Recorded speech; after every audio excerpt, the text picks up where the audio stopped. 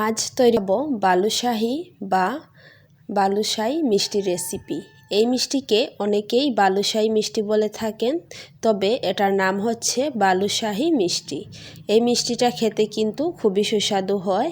আমরা কিন্তু রেস্টুরেন্ট থেকে অনেক দাম দিয়ে এই মিষ্টিটা কিনে খাই। তো আজকে আমি 1 কাপ ময়দা দিয়ে আপনাদের সাথে শেয়ার করব বালুশাহী মিষ্টি রেসিপি।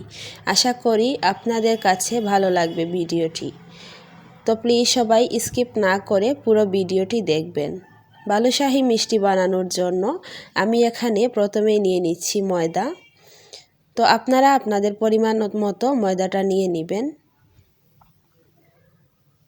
তারপর আমি এখানে দিয়ে দিলাম বেকিং পাউডার 1/2 চা চামচ, আর দিয়ে দিলাম স্বাদ অনুযায়ী লবণ। দিয়ে ভালো করে শুকনো উপকরণগুলো মিশিয়ে নিচ্ছি। এখন আমি এর মধ্যে দিয়ে দিলাম 1 কাপ পরিমাণ তেল। আপনারা চাইলে এখানে 1 কাপ পরিমাণ ঘি দিয়েও ভালো করে মাখিয়ে নিতে পারেন।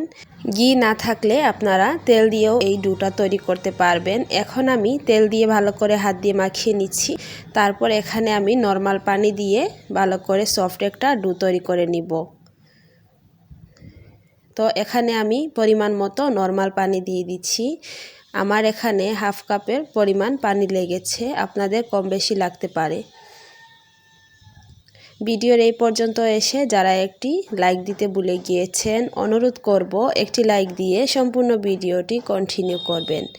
আর আমার চ্যানেলে যদি নতুন হয়ে থাকেন তাহলে প্লিজ আমার চ্যানেলটিকে সাবস্ক্রাইব করে পাশে থাকা বেল আইকনটি অলে প্রেস করে রাখবেন। এতে করে আমি নতুন কোনো ভিডিও আপলোড করার সাথে সাথেই আপনাদের কাছে নোটিফিকেশন চলে যাবে। তো দেখুন ডোটা আমার তৈরি করা হয়ে গিয়েছে। এখন আমি এক হাত দিয়ে ছিঁড়ে নিচ্ছি, তারপর আবার এটাকে একসাথে মিশিয়ে নিচ্ছি। এভাবে করে আমি 2-3 বার করে নিচ্ছি। নিয়ে এখন আমি একটা বোর্ডের উপর রেখে ভালো করে হাত দিয়ে মতে নিচ্ছি। তারপর এভাবে হাত দিয়ে চ্যাপটা করে নিচ্ছি। এখন আমি একটা ছুরি দিয়ে মাঝখান থেকে কেটে দিব। এইভাবে কেটে তারপর আর বাঁশ দিলে কিন্তু মিষ্টির ভিতরে খুবই সুন্দর একটা লেয়ার পড়ে। তো এখন আমি আবারও বাঁশ দিয়ে দিচ্ছি। এখন আমি আবারও হাত দিয়ে চ্যাপটা করে নিচ্ছি। আবার আমি এভাবে কেটে নিব, নিয়ে আবারও বাঁশ দিয়ে দিব। এইভাবে কিন্তু বালুশাহী মিষ্টির ভিতরে খুবই সুন্দর একটা লেয়ার ক্রিয়েট হবে।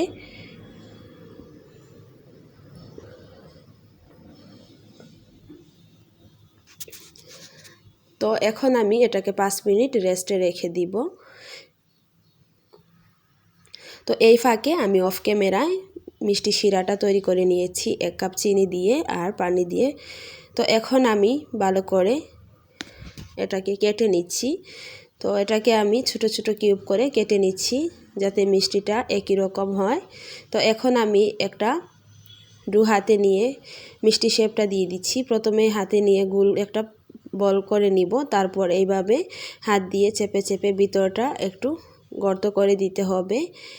যেভাবে আমরা ডোনাট তৈরি করি ঠিক সেভাবেই বানাতে হবে মিষ্টিগুলো।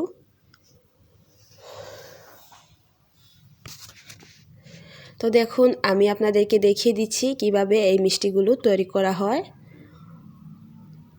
তো সবগুলো মিষ্টি আমার বানানো হয়ে গিয়েছে। এখন আমি মিষ্টিগুলো তেলে ভেজে নিব। আর তেলে ভাজার সময় কিন্তু এভাবে আঙ্গুল দিয়ে একটু প্রেস করে দিতে হবে, তাহলেই কিন্তু মিষ্টি শেপটা দেখতে সুন্দর লাগবে। তো যখন তেলটা কিছুটা গরম হয়ে গিয়েছে আমি এরই মধ্যে সবগুলো মিষ্টি দিয়ে দিচ্ছি। দিয়ে চুলার আঁচটা মিডিয়াম লোয়ের মাঝামাঝি রেখে আমি মিষ্টিগুলো ভেজে নিব। চুলার আঁচটা কিন্তু একদমই বাড়িয়ে দেওয়া যাবে না, তা না হলে কিন্তু মিষ্টিটা ভালো করে ভিতরটা কুক হবে না। চুলার আঁচটা কমিয়ে মিষ্টিগুলো আমি কিছুক্ষণ সময় নিয়ে ব্রাউন কালার করে ভেজে নিব। মিষ্টি যখন এক পাশ হয়ে গিয়েছে আমি মিষ্টিটার অপর পাশ হওয়ার জন্য উল্টিয়ে দিচ্ছি। আর এভাবে চামচের সাহায্যে উপর থেকে তেলটা উঠিয়ে দিচ্ছি, তাহলেই কিন্তু মিষ্টির উপরটা খুবই সুন্দর একটা ডিজাইন তৈরি হবে।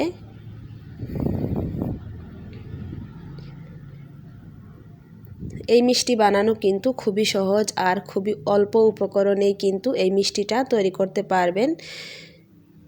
আপনারা একবার হলেও এই মিষ্টিটা বাসায় তৈরি করে খেয়ে দেখবেন। খেতে কিন্তু খুবই সুস্বাদু হয়। আর কমেন্ট করবেন খেতে কেমন হয়েছিল। তো এইভাবে করে আমি সবগুলো মিষ্টি ভেজে নিব।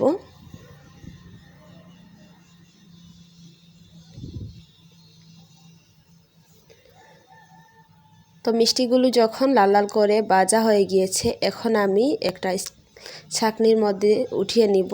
তেলটা ভালো করে ঝরে গেলে তারপর আমি মিষ্টিগুলো শিরার মধ্যে দিয়ে দিব।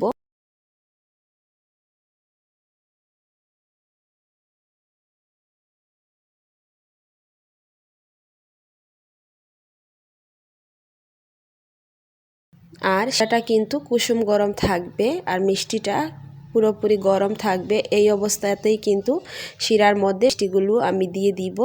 দিয়ে 5 মিনিট এভাবে শিরার মধ্যে রেখে দিব।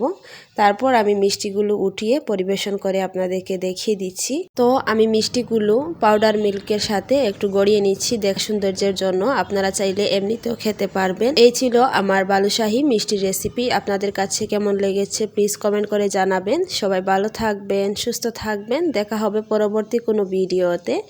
আল্লাহ হাফিজ। আসসালামু আলাইকুম।